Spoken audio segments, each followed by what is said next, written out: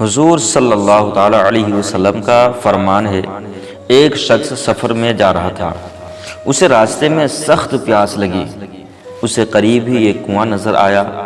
جب کنویں سے پانی پی کر چلا تو دیکھا ایک کتا پیاس کے مارے زبان نکالے پڑا ہے۔ اسے خیال آیا کہ اسے بھی میری طرح پیاس لگی ہوئی ہے۔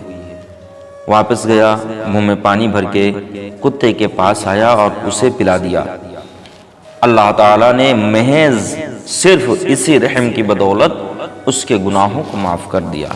میرے عزیز مسلمان بھائیوں، رحم بہت بڑی چیز ہے جس سے انسان ایک دوسرے کی جب مدد کرتا ہے تو اللہ بہت ہی خوش ہوتا ہے رحم کرنے والے سے۔ پروردگار عالم بہت خوش ہو جاتا ہے۔ فرمان مصطفیٰ صلی اللہ تعالیٰ علیہ وسلم ہے، میری امت کے لوگ جنت میں نمازوں کی کثرت سے نہیں، اتنا یاد رکھیے، رسول نے فرمایا میری امت کے لوگ نمازوں کی کثرت سے نہیں بلکہ دلوں کی سلامتی، سخاوت اور مسلمانوں پر رحم کرنے کی بدولت داخل ہوں گے جنت میں۔ تو جنت کے طلبگاروں، مصطفیٰ نے کیا فرمایا کہ لوگوں پہ رحم کیا کرو۔ رحم کی بہت بڑی دوستو فضیلت آئی ہے، پورا ویڈیو سنیے، انشاءاللہ رب العزت دل باغ ہو جائے گا۔ اور امید ہے اگر آپ کے دل کے اندر ذرہ برابر بھی ایمان باقی ہے تو آپ کبھی بھی اس ویڈیو کو سن کر کے کسی کے اوپر ظلم نہ کریں گے۔ دوستو پورا سن کر کے جائیے، پسند آئے تو ایک لائک کرنا، چینل پر پہلی مرتبہ آئے ہیں تو سبسکرائب کرنا نہ بھولنا۔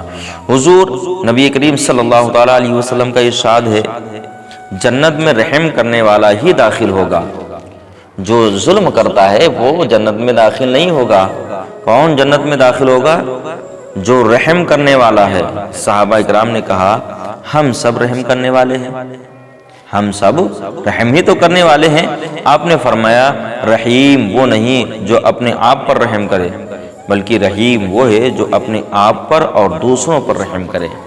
رحم اپنے اوپر بھی ہوتا ہے، ہاں یہ شاید کہ آپ پہلی مرتبہ سن رہے ہوں گے کہ رحم اپنے اوپر بھی رحم ہوتا ہے، جس طریقے سے دوسرے کے اوپر رحم ہوتا ہے، دوسرے کو دیکھ کر کے رحم آتا ہے، دوسرے کے اوپر ہم جب اس کی مدد کرتے ہیں تو اس کو رحم ملتا ہے۔ تو رحم اپنے پر بھی ہوتا ہے، دوسرے پر بھی ہوتا ہے۔ اپنے پر رحم کیا ہے؟ اپنے آپ پر رحم کرنے کا مطلب یہ ہے کہ خلوص دل سے عبادت کرے، اچھی نیت کے ساتھ عبادت کرے، دل کو حاضر کر کے خدا کی بارگاہ میں کھڑا ہے، یہ نیت کر کے کہ خدا مجھے دیکھ رہا ہے، عبادت کرے اور گناہوں سے کنارہ کش ہو، گناہوں سے بچتا ہو، گناہوں سے دور رہتا ہو اور توبہ کر کے اپنے وجود کو اللہ کے عذاب سے بچائے۔ یہ اپنے پر رحم ہے، اپنے پر اللہ کی عبادت اچھی نیت سے، یہ نہیں کہ ہماری نیت کچھ اور ہے اور ہم نماز پہ نماز پڑھ رہے ہیں، گناہوں سے دور رہے، توبہ کرتا رہے۔ آج اس کے برعکس ہو رہا ہے کہ لوگ توبہ کی تو خیر نیت ہی نہیں کرتے ہیں، اور دوسری بات کہ گناہوں کے قریب جا رہے ہیں، اور اتنا قریب ہو گئے کہ آج اسی وجہ سے ان کے اوپر ظلم ہو رہا ہے۔ اگر آج بھی اپنے آپ کو پہچان لیں، سدھار لیں اور کسی کے اوپر ظلم نہ کریں، رحم کریں، صبر کریں، انشاءاللہ رب العزت پروردگار عالم آج بھی سرداری عطا فرما دے گا۔ یہ اپنے اوپر رحم ہوا۔ دوسرے پر رحم یہ ہے کہ کسی مسلمان کو تکلیف نہ دے، کسی بھی مسلمان کو تکلیف نہ دے، اتنا یاد رکھیے، کسی بھی مسلمان کو تکلیف نہ دے، دوسرے پر یہ رحم ہے۔ لیکن آج کا حال کیا ہے کہ اگر ہمارا بھائی الگ ہو گیا ہے تو بھائی کے اوپر ظلم، اس کی کھیتی ہڑپنا، اس کو مارنا، اس کو تکالیف دینا، جو ہمارا سگا بھائی اس کے ساتھ میں ایسا لوگ کرتے ہیں۔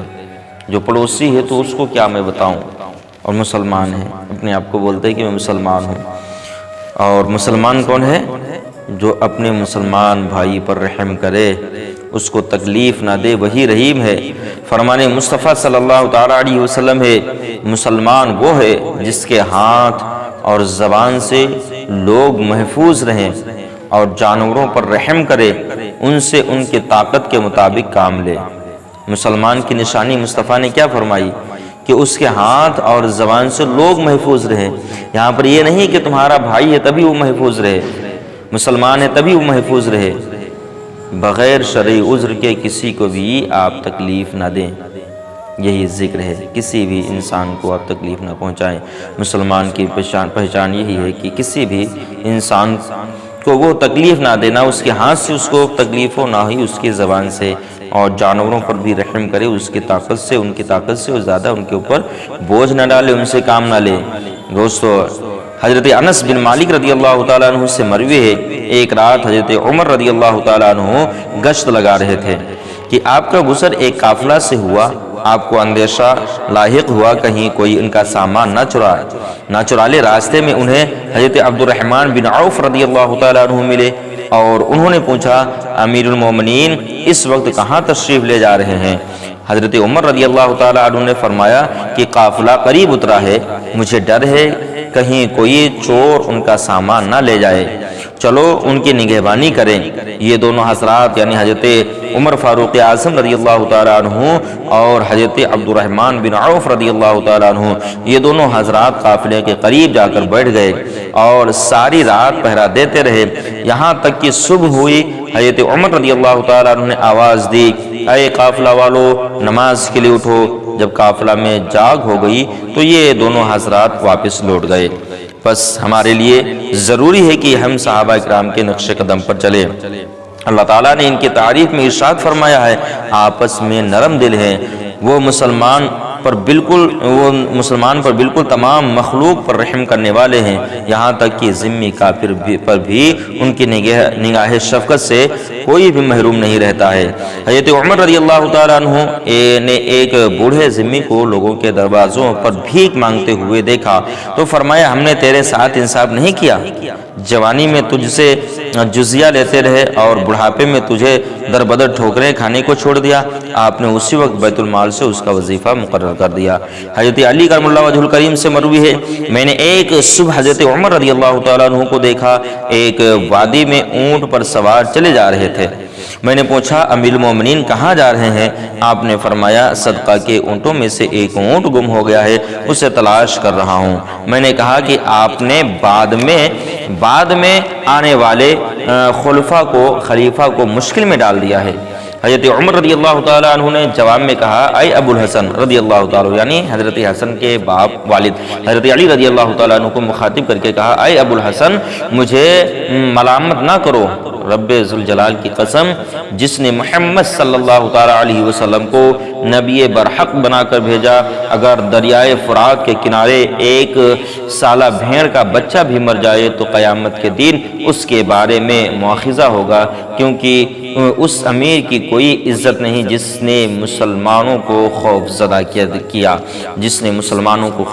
کیا۔ میرے ملت کے مسلمان بھائیوں، اپنے اسلاف کے، اپنے بزرگوں کے فرمان کو سنیں اور ان کے جو زندگی کے حالات گزرے ہیں ان کو آپ سنیے اور ان کی طرح گزارنے کی کوشش کیجیے، اور وہ کیا درس دے کر کے گئے ہیں یہ بھی جاننے کی کوشش کیجیے۔ دوستو، فرمان مصطفیٰ صلی اللہ تعالیٰ علیہ وسلم ہے، میری امت کے لوگ جنت میں نمازوں کی کثرت سے نہیں بلکہ دلوں کی سلامتی، سخاوت اور مسلمانوں پر رحم کرنے کی بدولت داخل ہوں گے۔ حضور انور صلی اللہ تعالیٰ علیہ وسلم کا ارشاد ہے، رحم کرنے والوں پر اللہ تعالیٰ رحم کرتا ہے، تم زمین والوں پر رحم کرو، آسمان والا تم پر رحم فرمائے گا۔ فرمان نبی کریم صلی اللہ تعالیٰ علیہ وسلم ہے، جو کسی پر رحم کرنا نہیں جانتا، جو کسی پر رحم نہیں کرتا، اس پر رحم نہیں کیا جاتا، جو کسی کو نہیں بخشتا اسے نہیں بخشا جاتا۔ حضرت مالک بن انس رضی اللہ تعالیٰ عنہ سے مروی ہے، حضور صلی اللہ تعالیٰ علیہ وسلم نے فرمایا، تم پر مسلمانوں کے 4 حق ہیں، اپنے محسن کی امداد کرو، نمبر 2 گنہگار کے لیے مغفرت طلب کرو، نمبر 3 مریض کی عیادت کرو، اور نمبر 4 توبہ کرنے والے کو دوست رکھو۔ روایت حضرت موسیٰ علیہ نبینا علیہ الصلوۃ والسلام نے اللہ تعالیٰ سے سوال کیا، اے اللہ، تو نے مجھے کس وجہ سے صفی بنایا ہے؟ رب ذوالجلال نے ارشاد فرمایا، مخلوق پر تیرے رحم کرنے کی نیکی کی وجہ سے۔ حضرت ابو درداء رضی اللہ تعالیٰ عنہ بچوں سے چڑیا خرید کر انہیں چھوڑ دیتے اور فرماتے جاؤ آزادی کی زندگی بسر کرو۔ فرمان مصطفیٰ صلی اللہ تعالیٰ علیہ وسلم ہے رحمت، شفقت اور محبت میں تمام مسلمان ایک جسم کی طرح ہیں۔ جب جسم کا کوئی عضو تکلیف میں مبتلا ہو جاتا ہے تو سارا جسم اس درد اور تکلیف میں مبتلا ہو جاتا ہے۔ بنی اسرائیل پر سخت قحط کا زمانہ تھا۔ ایک عابد کا ریت کے ٹیلے سے گزر ہوا تو اس کے دل میں خیال آیا، کاش یہ ریت کا ٹیلا آٹے کا ہوتا اور میں اسے بنی اسرائیل کے پیٹ بھرتا۔ اللہ تعالیٰ نے بنی اسرائیل کے نبی کی طرف وحی بھیجی، میرے بندے سے کہہ دو کہ تجھے اس کے برابر بنی اسرائیلیوں کو آٹا کھلانے سے جتنا ثواب ملا ہے اسے اتنا ثواب تجھے مل گیا، تجھے دیا گیا ہے۔ اس لیے فرمان نبی صلی اللہ تعالیٰ علیہ وسلم ہے، مومن کی نیت اس کے عمل سے بہتر ہے۔ حضرت عیسیٰ علیہ السلام ایک مرتبہ کہیں جا رہے تھے، آپ نے شیطان کو دیکھا، ایک ہاتھ میں شہد اور دوسرے میں راکھ لیے چلا جا رہا تھا۔ آپ نے پوچھا، اے دشمن خدا، یہ شہد اور راکھ تیرے کس کام آتی ہے؟ شیطان نے کہا، شہد غیبت کرنے والوں کے ہونٹوں پر لگاتا ہوں تاکہ وہ اور آگے بڑھیں، راکھ یتیموں کے چہروں پر ملتا ہوں تاکہ لوگ اس سے نفرت کریں۔ حضور صلی اللہ تعالیٰ علیہ وسلم نے فرمایا، جب یتیم کو دکھ دیا جاتا ہے تو اس کے رونے سے اللہ تعالیٰ کا عرش کانپ جاتا ہے، اور رب ذوالجلال فرماتا ہے، اے فرشتوں، اس یتیم کو جس کا باپ منو مٹی تلے دفن ہو چکا ہے کس نے رلایا ہے؟ حضور صلی اللہ تعالیٰ علیہ وسلم کا ارشاد ہے، جس نے یتیم کے لباس و طعام کی ذمہ داری لے لی، یعنی اس کے کھانے کی ذمہ داری لے لی، اللہ نے اس کے لیے جنت کو واجب کر دیا ہے۔ روضۃ العلماء میں ہے کہ حضرت ابراہیم علیہ السلام کھانے سے پہلے میل 2 میل کا چکر لگا کر مہمانوں کو تلاش کیا کرتے تھے۔ ایک مرتبہ حضرت علی کرم اللہ وجہ الکریم رو پڑے، پوچھا آپ کیوں رو رہے ہیں؟ لوگوں نے پوچھا آپ کس وجہ سے رو رہے ہیں؟ آپ نے فرمایا، 1 ہفتہ ہو گیا میرے ہاں کوئی مہمان نہیں آیا، شاید اللہ تعالیٰ مجھ سے خوش نہیں ہے۔ فرمان نبی صلی اللہ تعالیٰ علیہ وسلم ہے، جو کسی بھوکے کو فی سبیل اللہ کھانا کھلاتا ہے اس کے لیے جنت واجب ہو جاتی ہے، اور جس نے کسی بھوکے سے کھانا روک لیا اللہ تعالیٰ قیامت کے دن اس شخص سے اپنا فضل و کرم روک لے گا اور اسے عذاب دے گا۔ فرمان نبی صلی اللہ تعالیٰ علیہ وسلم ہے، سخی اللہ تعالیٰ جنت اور لوگوں کے قریب ہوتا ہے اور جہنم سے دور ہوتا ہے جو سخی انسان ہوتا ہے۔ بخیل اللہ تعالیٰ جنت اور لوگوں سے دور رہتا ہے اور جہنم سے قریب ہوتا ہے۔ فرمان نبی صلی اللہ تعالیٰ علیہ وسلم ہے کہ جاہل سخی اللہ تعالیٰ کو عابد بخیل سے زیادہ پسند ہے۔ فرمان نبی صلی اللہ تعالیٰ علیہ وسلم ہے کہ قیامت کے دن 4 شخص بلا حساب جنت میں داخل ہوں گے۔ نمبر 1، عالم بعمل، حاجی جس نے حج کے بعد موت تک گناہ کا ارتکاب نہ کیا، شہید جو اللہ کے کلمہ کو بلند کرنے کے لیے میدان جنگ میں مارا گیا، سخی جس نے مال حلال کمایا اور اللہ کی رضا جوئی میں خرچ کر دیا۔ یہ لوگ ایک دوسرے سے اس بات پر جھگڑیں گے کہ جنت میں پہلے کون داخل ہوگا۔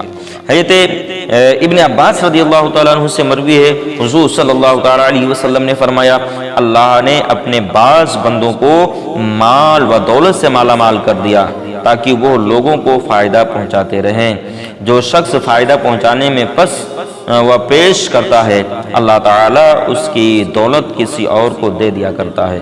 فرمان نبی صلی اللہ تعالیٰ علیہ وسلم ہے، سخاوت بہشت کا ایک درخت ہے جس کی شاخیں زمین پر جھکی ہوئی ہیں، جس نے اس کی کسی شاخ کو تھام لیا اسے جنت میں لے جائے گی۔ حضرت جابر رضی اللہ تعالیٰ عنہ سے مروی ہے، حضور صلی اللہ تعالیٰ علیہ وسلم سے پوچھا گیا کون سا عمل افضل ہے؟ آپ نے فرمایا صبر اور سخاوت۔ حضرت مقدام بن شریح رحمۃ اللہ تعالیٰ علیہ اپنے والد اور اپنے جد سے روایت کرتے ہیں، ان کے دادا نے حضور صلی اللہ علیہ وسلم کی خدمت میں عرض کی کہ مجھے ایسا عمل بتائیے جو مجھے جنت کا مکین بنا دے۔ آپ صلی اللہ تعالیٰ علیہ وسلم نے حضور صلی اللہ علیہ وسلم نے فرمایا، مغفرت کے اسباب میں سے کھانا کھلانا، سلام کرنا اور خوش اخلاقی ہے۔ میرے ملت کے مسلمان بھائیوں، امید کرتا ہوں آج جلد بازی میں نے آپ کو کچھ حدیثیں سنائی ہیں، سمجھانے کو رہ گیا، باقی حدیثیں سبھی صحیح ہیں۔ مکاشفۃ القلوب کا میں نے آپ حضرات کو باب پڑھ کر کے سنایا ہے۔ اللہ قریب ہم سب کو ان باتوں پہ عمل کرنے کی توفیق عطا فرمائے۔ وقت کی قلت ہے جس کی وجہ سے آج بڑی تھوڑا جلد بازی رہی، انشاءاللہ رب العزت اگلے ویڈیو میں آپ کو صحیح طریقے سے سمجھانے کی کوشش کروں گا۔ دوستو لائک کریں، شیئر کریں، اور پسند آیا ہو تو اپنے بھائیوں سے بھی کہیں کہ وہ میرے چینل کے ساتھ میں جڑ جائے۔ تب تک کے لیے خدا حافظ، السلام علیکم ورحمۃ اللہ تعالی وبرکاتہ۔